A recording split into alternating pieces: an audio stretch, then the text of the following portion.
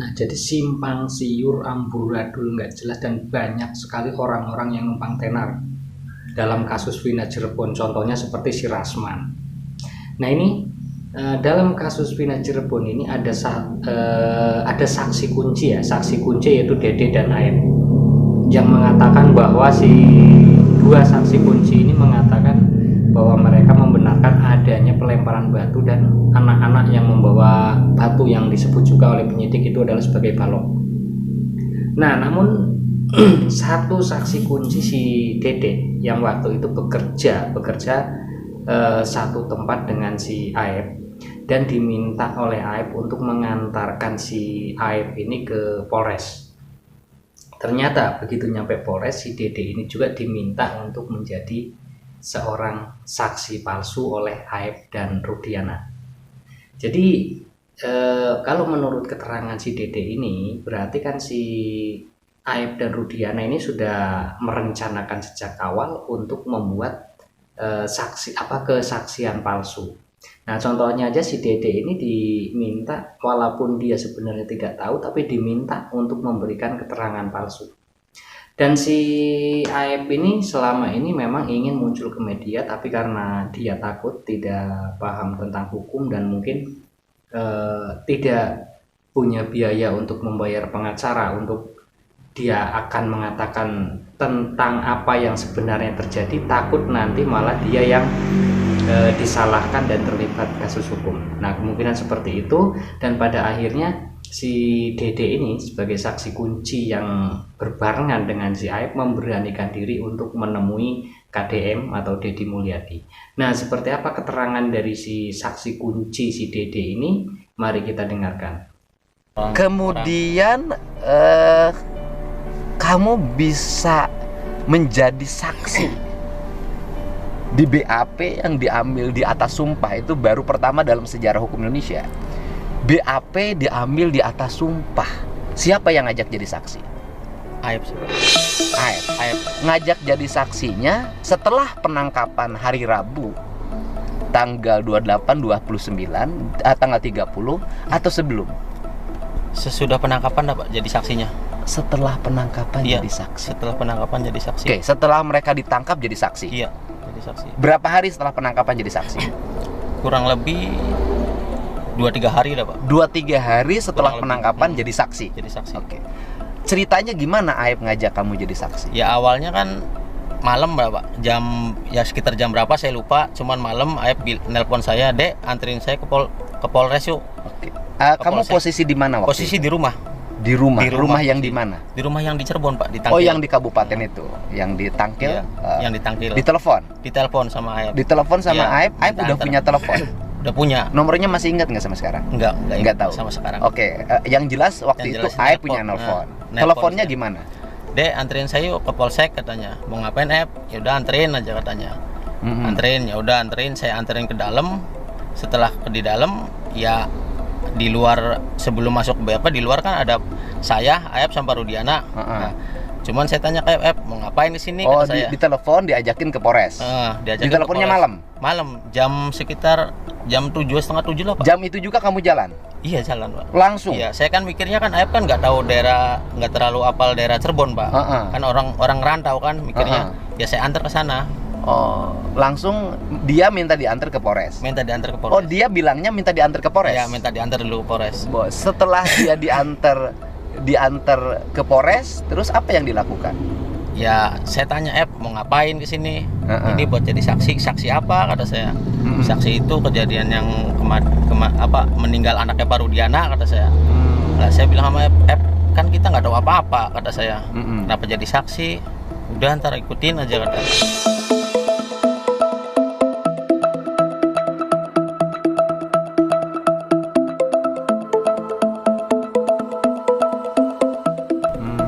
Ikutin, saya diarahin. Oke, kamu diminta oleh Aep jadi saksi. Iya. Udah nyampe di Polres, diminta jadi saksi. Diminta jadi saksi. Aep yang ngomong ke kamu. Ya, Aep sama Pak Rudiana juga ngomong.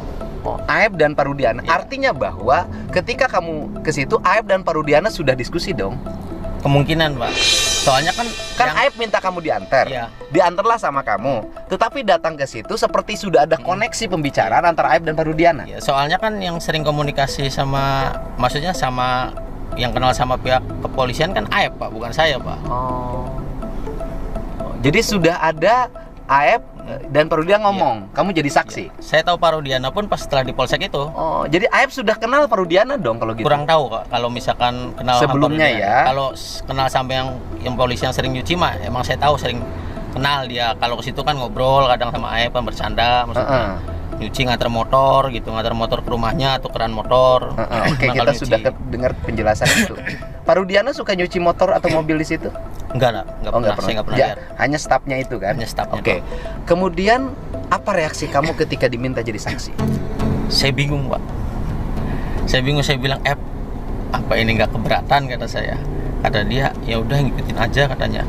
Ya saya dalam hati ya sebenarnya saya pengen Pak nggak mau jadi saksi, saya pengen keluar dari situ, cuman saya udah di dalam, saya bisa apa maksudnya. Sudah di dalam kan Iya. kamu bukan terposisi terdakwa, bukan Iya. posisi tersangka. Cuman saya bingung, sebelumnya saya takut, ada rasa takut ada. Ada rasa Kan saya takut. kan istilahnya nggak ngerti hukum Pak. Oke, nggak ngerti hukum, kamu melakukan sesuatu yang kamu tidak tahu gimana?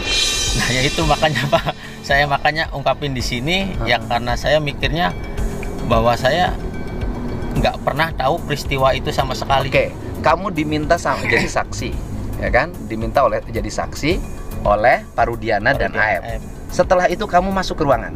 Masuk ke ruangan Pak, Setelah masuk ke ruangan, di BAP Pak.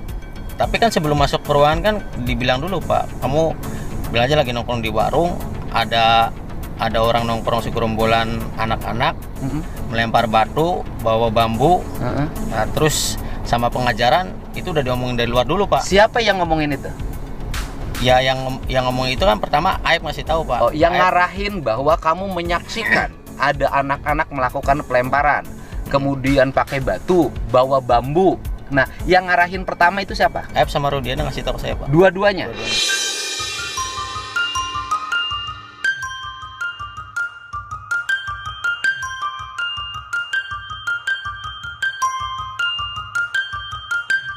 Aib dan Rudiana Iya, mengasih tahu, ngasih mengarahkan kamu agar mengakui, melihat Iya. ada anak-anak yang lewat, Iya. Ada anak dilemparin dilemparin batu, pakai bambu, Pakai bambu. dan itu diarahin diarahin. oleh Aib dan Rudiana. Iya. Kamu bohong nggak sama saya? Enggak Pak, 100% saya benar.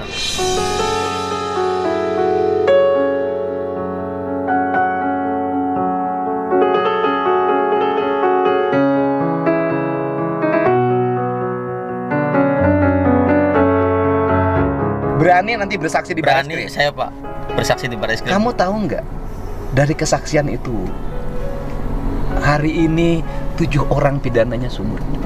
Tahu Pak. Sebenarnya juga dari kemarin pas viral ya saya pengen Pak keluar media berkata jujur. Cuman saya berpikir panjang Pak. Saya keluar dengan sendirian, saya bisa apa? Nggak Kamu ada tahu nggak pendamping. bahwa kesaksian kamu itu melahirkan derita yang luar biasa? Tahu Pak. Kamu merasa dosa? Merasa sebenarnya ya saya sebenarnya hati kecil saya merasa dosa Pak. Ya kalau ada di posisi keluarga saya ya mungkin saya juga ya mungkin keluarga saya juga ya ngerasa tersiksa Pak.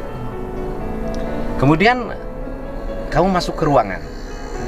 Kemudian di BAP. Di BAP BAP-nya kamu ditanya atau Ditanya sudah juga. ada ceritanya? ditanya Pak, Ditanya gimana? ditanya ya kamu nongkrong di warung, ya saya bilang nongkrong di warung Sesuai skenario sesuai itu. skenario itu. Yang BAP-nya anak buah Pak Rudiana. Iya. Bukan Pak, ada lagi Pak penyidik yang BAP-nya mah ada lagi Pak Dari Serse. dari Serse. Nah, satu saksi kunci yaitu Dedek yang bersamaan dengan Aib waktu itu datang ke Polres untuk memberikan keterangan palsu. Dan si Dedek ini diminta oleh si Aib dan Rudiana. Rudiana itu adalah sebagai bapaknya korban Egi. Nah, sekarang si Dedek sudah memberikan keterangan bahwa memang dia itu tidak terlibat dan tidak tahu tentang kejadian itu, tapi diminta untuk menjadi seorang saksi bayangan atau saksi palsu. Lalu bagaimana dengan si Aib? Nah, si Dede ini meminta Aib untuk jujur, untuk mengatakan apa yang sebenarnya terjadi, tapi si Aib hingga saat ini tidak juga muncul di media dan bersembunyi entah di mana. Karena mungkin seperti si Dede ini maju kena mundur kena, karena apa? Ada dua kemungkinan. Satu, diminta oleh Rudiana dan mungkin ada sedikit bayaran, mungkin ya, ini mungkin ada sedikit bayaran, atau mungkin karena memang murni karena dendam, karena si Aib ini pernah digerebek waktu di bengkel oleh pemuda lingkungan sekitar. Nah, pokoknya di antara itulah. Nah, bagaimana pendapat netizen tentang keterangan si Dede ini yang mengatakan bahwa dia ingin berkata jujur dan dia hanya berani datang kepada Deddy Mulyadi? Nah, apa pendapat netizen? Silahkan tulis di kolom komentar.